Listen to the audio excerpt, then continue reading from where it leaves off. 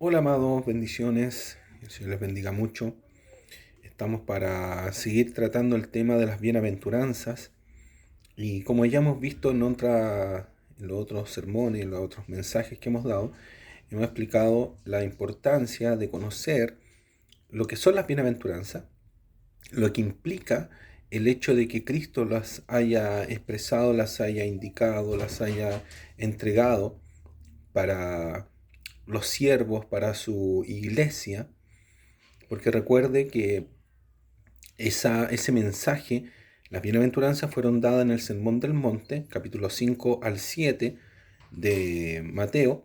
Encontramos todo el Sermón del Monte y las bienaventuranzas son lo que comienza el Sermón del Monte, una explicación de lo que es el reino, lo que es el Evangelio y lo que debe vivir cada cristiano. De modo que hemos tratado de mostrar lo que realmente son las bienaventuranzas, lo que debe considerar un cristiano en su vida, porque ellas nos muestran de alguna manera cómo nosotros vivimos para el Señor, cómo tenemos o qué vida de cristiano tenemos realmente, si es que somos salvos o no. Porque recuerde, querido hermano, que como dice al final justamente el Sermón del Monte, dice que muchos le dirán al Señor, Señor, en tu nombre profetizamos, en tu nombre hicimos milagros, y el Señor les declarará, nunca, no que una vez o algunas veces os conocí, no, nunca os conocí. Si es así entonces la situación, es muy imperioso saber si Él nos va a conocer o si Él ya nos conoce, mejor dicho, y que no nos desconozca el tiempo en el cual estemos en su presencia. Ahora, ¿cómo podemos saber eso? ¿Cómo podemos tener la plena certeza?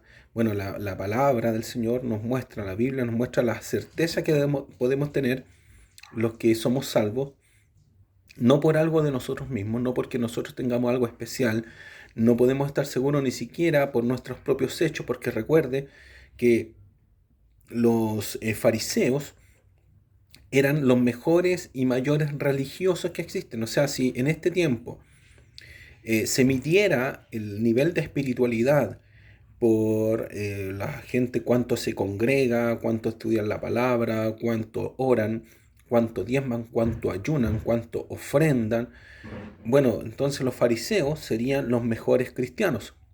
Pero sabemos que Cristo mismo dijo que los fariseos eran hipócritas y que incluso les entregó juicio cuando le dijo, ay de ustedes escribas y fariseos hipócritas. El mismo libro de Mateo capítulo 23 nos habla de eso. Entonces podemos entender que estos rituales externos no necesariamente nos hacen ser creyentes. Por más que usted vaya a la iglesia, ojo con esto, por más que usted vaya a la iglesia, sea parte integral de la iglesia, participe en los cultos, no necesariamente usted es salvo. ¿Cómo yo sé que soy salvo? Es primeramente obvio porque Cristo me salvó, por supuesto, pero ¿cómo tengo esa certeza y seguridad? Bueno, la bienaventuranza nos dan el entendimiento para poder, eh, de alguna manera, dimensionar nuestra vida espiritual. Ya vimos que los pobres en espíritu, aquellos mendigos, aquellos que no tienen que ofrecerle a Dios, aquellos que no pueden nada que entregarle a Dios. ¿Por qué? Porque son pobres en espíritu, espiritualmente no tienen nada que ofrecer, por más que tengan ayuno, oración, no le pueden ofrecer nada a Dios, porque Dios es santo. Entonces, cuando vimos el tema respecto a los pobres en espíritu, indicamos que la santidad de Dios a cualquier ser humano lo hace ver un pobre, un mendigo, un ser despreciable, de hecho. Porque recuerde que la santidad de Dios es tan santa que en la Biblia se le llama el santo, santo, santo, haciendo el superlativo hebreo de la santidad extrema de Dios. Es tan santo que usted no adultera cuando va y se acuesta con una mujer. En el caso de los hombres, no es cuando no adultera cuando está el acto mismo de adulterio, sino que de acuerdo a la palabra del Señor, a la santidad de Dios, usted adultera cuando lo piensa. Cuando piensa en la mujer de su prójimo, e incluso aunque sea soltera, no hay excusa. Es cuando usted piensa en una mujer que no es su mujer, la desea en su corazón, eso es adulterio para Dios. Cuando usted, no es cuando usted mata, cuando es un asesino, de acuerdo a la palabra del Señor. El Señor indica que cuando usted le dice tonto a su hermano en una discusión, cuando usted le dice necio, cuando usted lo maltrata siquiera verbalmente solamente, con eso usted ya es homicida. Así que imagínese si vamos a definir lo que es el robo, lo que es la codicia, no codiciarás, dice la Escritura, y todos seguramente han codiciado, pero el problema es que la mayoría no entiende que,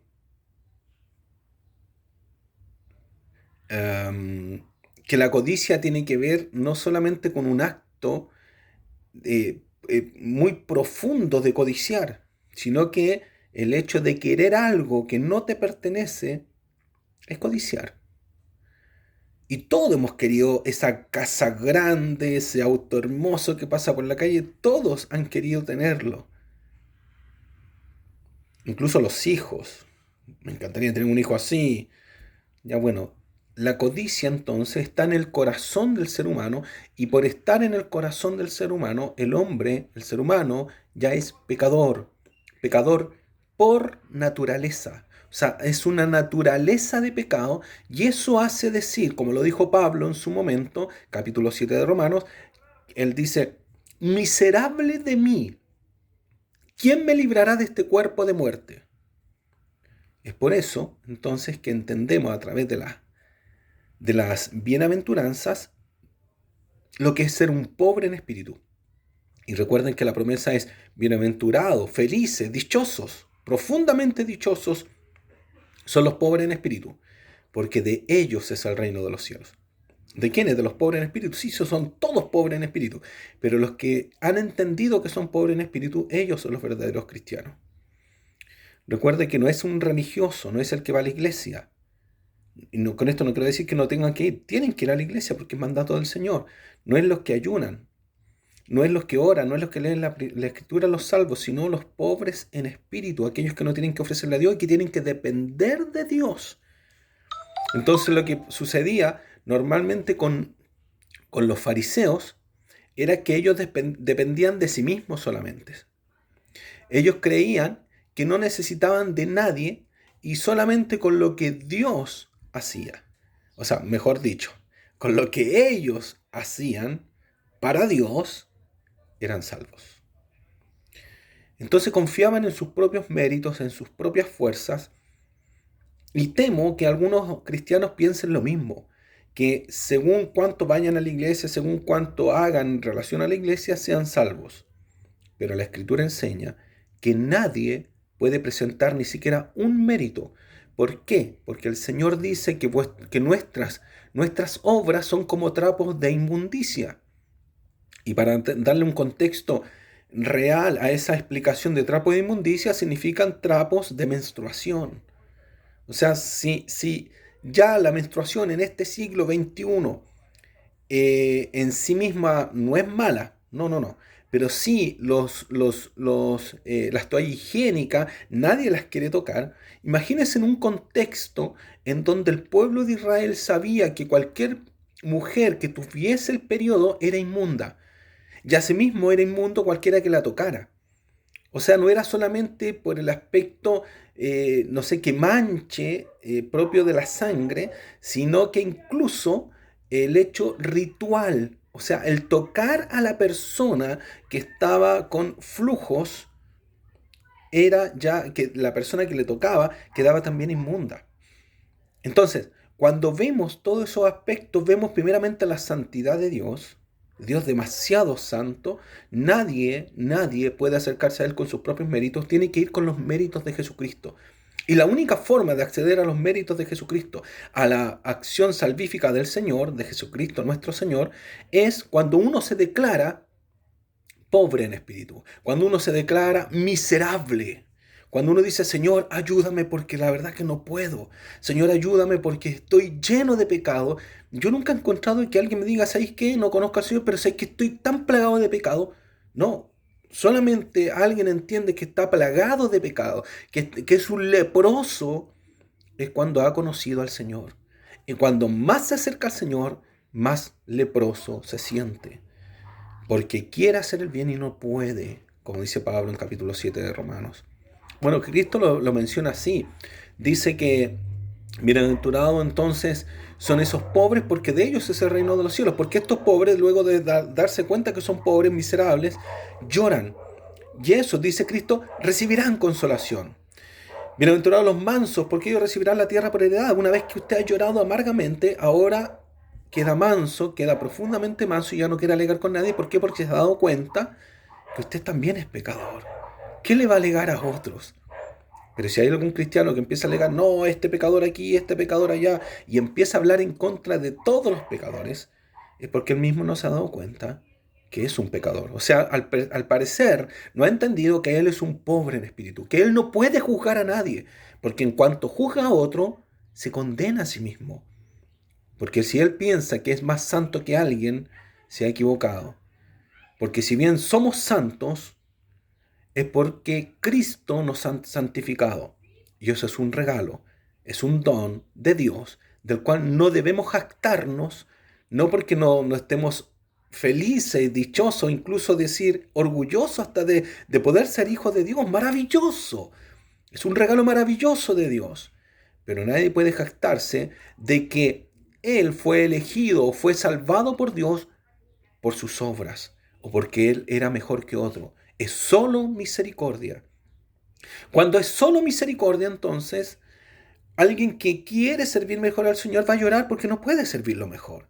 Porque si alguien piensa que sirve mejor al Señor, le digo una cosa, aún no le sirve como debe servirlo.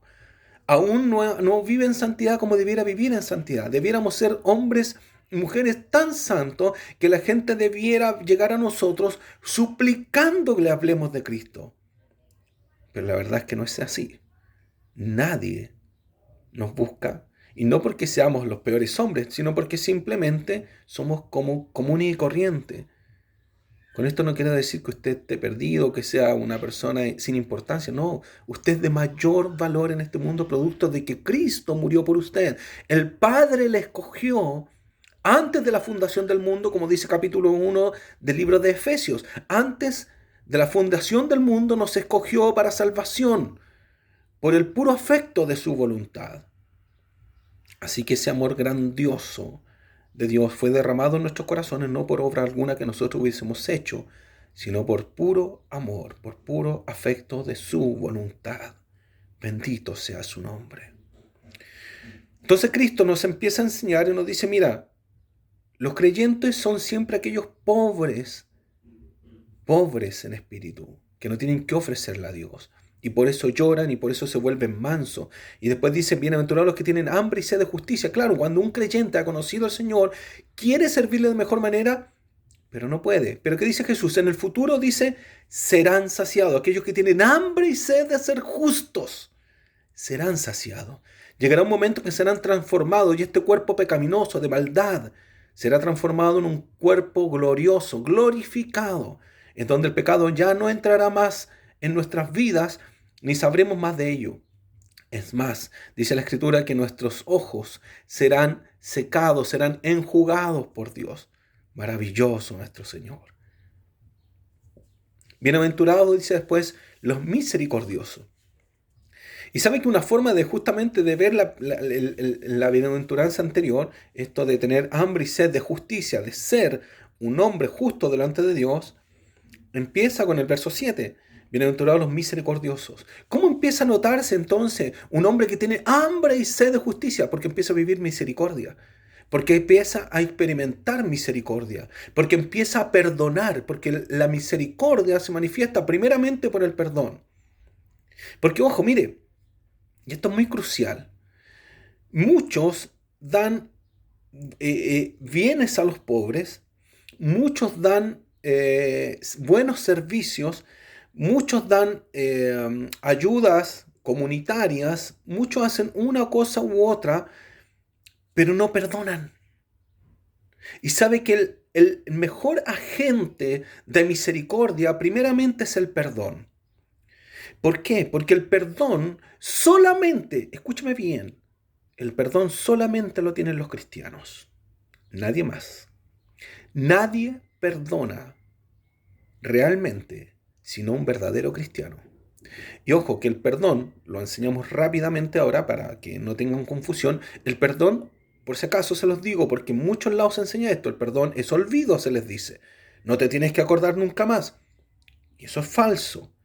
El perdón no es olvido. Para Dios es olvido, sí. Él borra nuestros pecados, Él elimina nuestras transgresiones.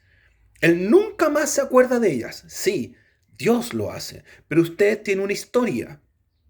Es más, cuando nosotros lleguemos al cielo y estemos con nuestro Señor y los ángeles nos lleguen y nos digan, ¿ustedes por qué están aquí? Porque ustedes se nota que son diferentes, no son ángeles, no fueron creados como ángeles, son personas diferentes, son seres diferentes. Y nosotros les vamos a decir, nosotros salimos de la tierra, donde Dios nos rescató, donde Dios nos escogió, donde Él nos santificó, nos apartó y nos llamó en un momento y nos glorificó y ahora estamos acá. Y ahí usted va a tener historia y usted va a poder decirle, yo era un pecador. Yo era un vil pecador, pequé contra Dios, pequé contra su santidad, pequé contra su amor, pequé contra su fidelidad. Yo fui muchas veces infiel y usted se va a acordar de aquello y con mayor razón va a glorificar su bendito nombre. Dice ahí la Escritura que nosotros vamos a alabar día y noche. ¿Por qué cree que vamos a alabar día y noche? ¿Vamos a ser robot? Nos van a poner en estado, ahí en un botoncito donde diga estado de alabanza. Y va a empezar a alabar, alabar, alabar porque no tiene conciencia y solamente alaba porque tiene que hacerlo. No, lo va a alabar porque se va a recordar justamente de lo pecador que era y la santidad que Dios le ha dado.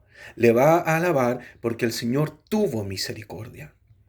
Bueno, el perdón entonces es olvido para Dios, porque Él no se acuerda más de nuestros pecados, porque Cristo los borró pagando por ellos en la cruz. Pero cuando usted perdona, usted no puede olvidar.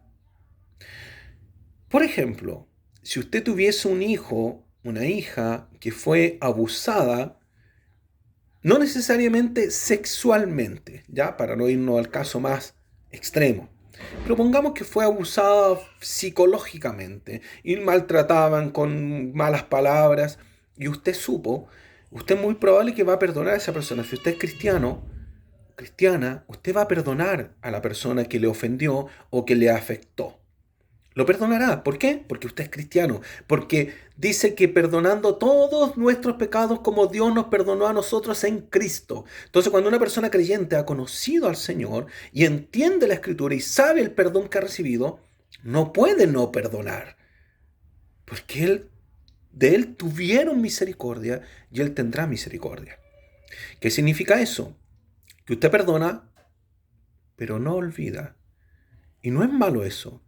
Porque eso le va a evitar exponer nuevamente a su hijo a un trauma de la misma clase. O sea, si esa persona le maltrató, usted puede perdonarla, ni un problema, y no acordarse más de su pecado en el sentido de no recordárselo más, ni sacárselo en cara, ni enjuiciarle por ello.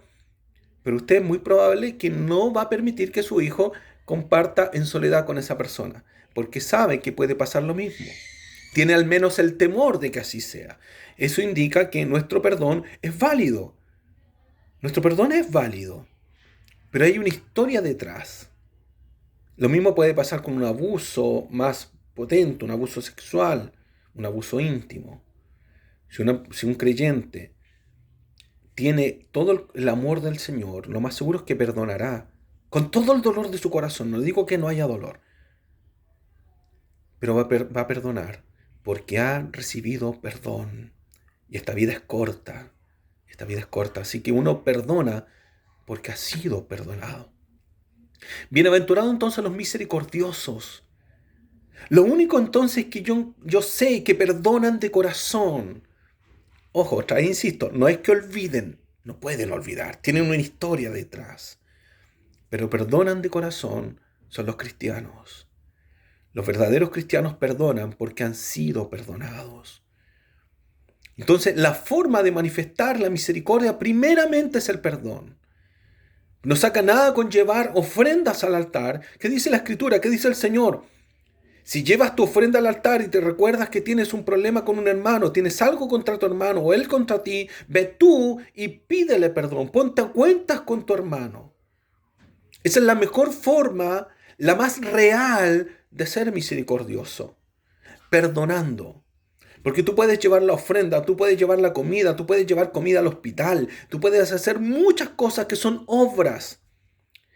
Pero eso no significa ni garantiza misericordia. La misericordia se practica así como el adulterio. Recuerda, el adulterio no es el acto en sí mismo, sino lo que sale del corazón. El asesinato no es el acto en sí mismo, sino lo que sale del corazón. La palabra que sale que dice tonto, necio. Y dice, ¿qué dice Cristo? Dice, porque no es lo que contamina lo que entra, sino lo que sale, porque sale primeramente del corazón. Cuando tú perdonas, sale primeramente del corazón, y yo pongo mi mano aquí como si el corazón fuera este músculo que late constantemente, no, pero sabemos que el corazón, bajo el estricto rigor bíblico, el corazón es como un compendio, es como una totalidad de tu ser.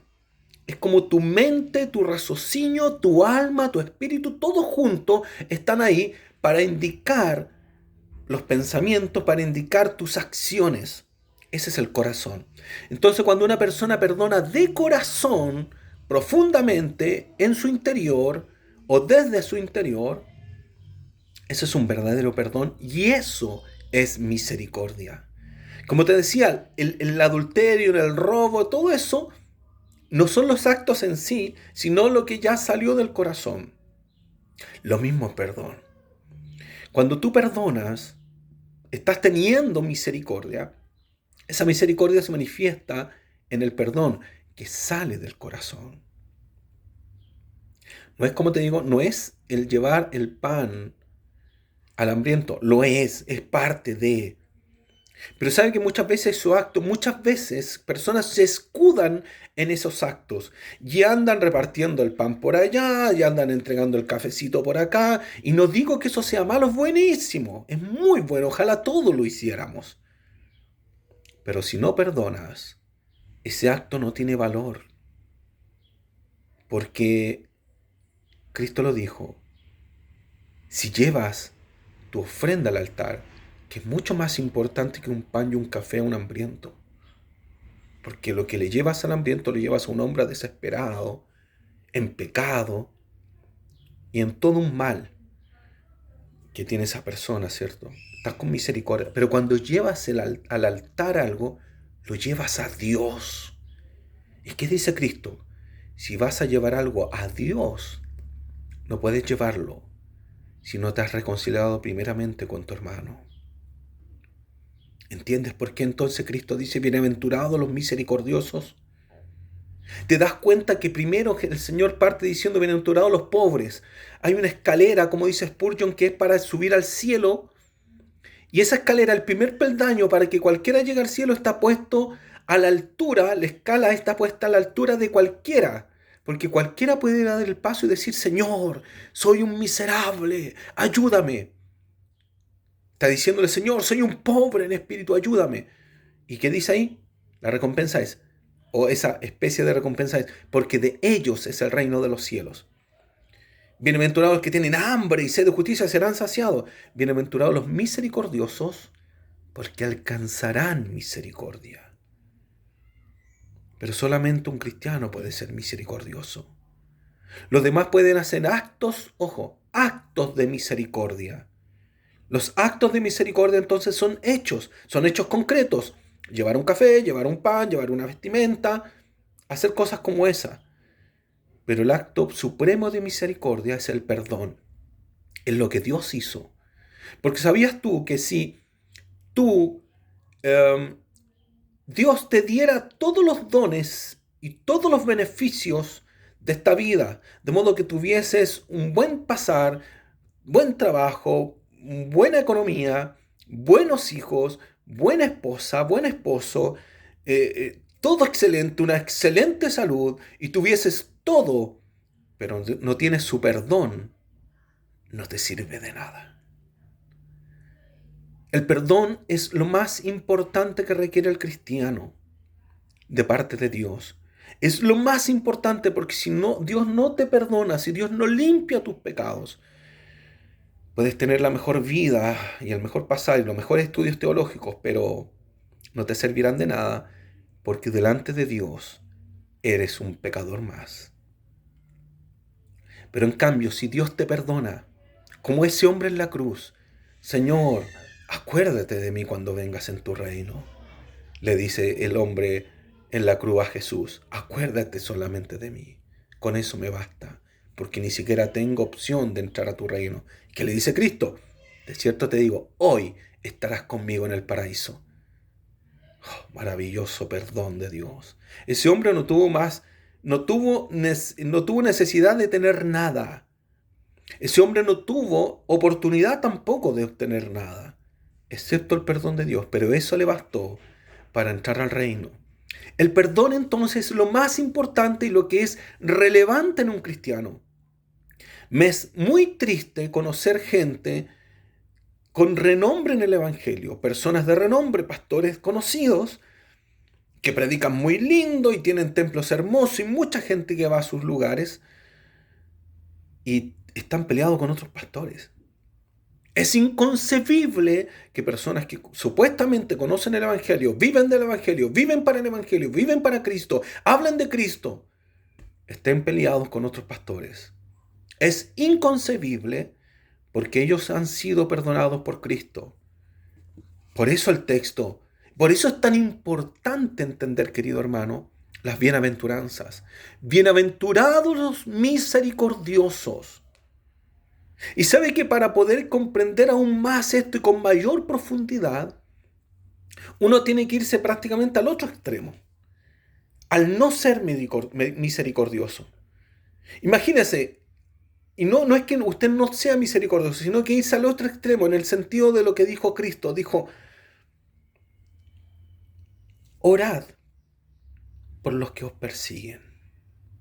Bendecid a quien te maldice. Amad a quienes te odian.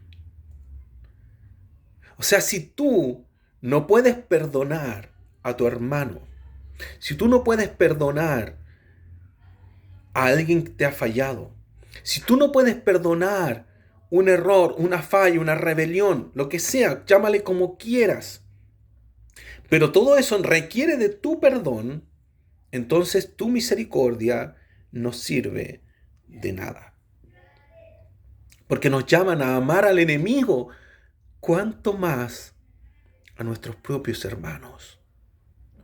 Si no perdonas, me atrevería a decir que no has conocido a Dios. Si no perdonas y no tienes esa misericordia en donde te da pena, te da lástima, el que sufre por una falla, por un error, es porque no has conocido a Dios. O le has conocido a tientas, como a ciegas, sin haber entendido la palabra, que recuerda que la palabra es lumbrera a nuestro camino. Lámpara es a mis pies tu palabra, Señor, y lumbrera mi camino. La palabra entonces me indica por dónde ir, la palabra me muestra qué hacer, la palabra me muestra para dónde moverme. La palabra es lumbrera a mi camino. Y ella me muestra qué es lo que debo y no debo hacer.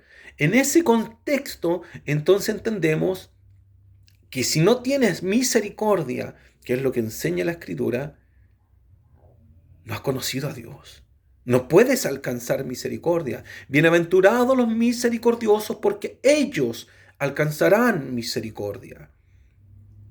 E insisto, no significa que el hecho que des comida o hagas esto y esto otro es garantía de misericordia. La garantía de misericordia es el perdón, porque todo lo demás puede ser apariencia, pero el perdón es algo que tú y solo tú sabes. Tú y Dios. Y Dios sabe cuando has perdonado. La misericordia es un punto fundamental dentro de la escala de luz que nos lleva al cielo. Esa escala que habla Spurgeon, que son las bienaventuranzas. El primer escalón está puesto a los pies de cualquiera que quiera dar el paso. Y cada escalón es un poco más exigente que el otro. Si te das cuenta, primero entonces los pobres, luego los que lloran. Para llorar no necesitas ningún mérito, solamente darte cuenta de lo pobre que eres. Después los mansos, ahí hay algún grado de mérito en el sentido de aplacarse y en un momento de, a lo mejor de trifulca, uno mantener la calma, los mansos. Después, bienaventurados los que tienen hambre y sed de justicia, los que quieren ser mejores para Dios. Y ahí hay un grado, un poco más de mérito. O sea, cada vez si te fijas, el mérito es un poquito mayor. No significa que sea un mérito por ti, que sea un mérito tuyo, sino es la acción de Dios en tu corazón cuando tú te sometes al señorío de Cristo. Cuando tú sometes tu vida a Cristo, estas cosas empiezan a pasar. Sí o sí. No significa, no indica eso que lo vas a hacer conforme tú quieras. No, lo vas a hacer sí o sí. ¿Por qué? Porque has conocido a Cristo, has conocido esa palabra que es lumbrera nuestro camino, que nos dice, ama a tu enemigo. Y si tú no perdonas, entonces ¿a quién? Si no perdonas a tu amigo, si no perdonas a tu hermano, si no perdonas a tu familiar, si no perdonas a tu conocido, por último, ¿cómo amarás a tu enemigo? La misericordia entonces es un acto relevante dentro de esta escala de luz. La misericordia es un acto relevante para todo aquel que se dice llamar cristiano. Y la misericordia se manifiesta primeramente por el perdón. En ese acto profundamente íntimo, en donde yo perdono a alguien. Y es que ya no es que ya no me acuerde más de sus pecados, no, sino que ahora los paso por alto, sabiendo que están ahí, sabiendo que quizás se equivocó mi hermano, mi hermana, mi amigo, pero lo perdono. Quizás ni siquiera es porque se lo merezca, lo perdono porque yo no merecía perdón y Dios me perdonó. Bienaventurados los misericordiosos, porque ellos alcanzarán misericordia.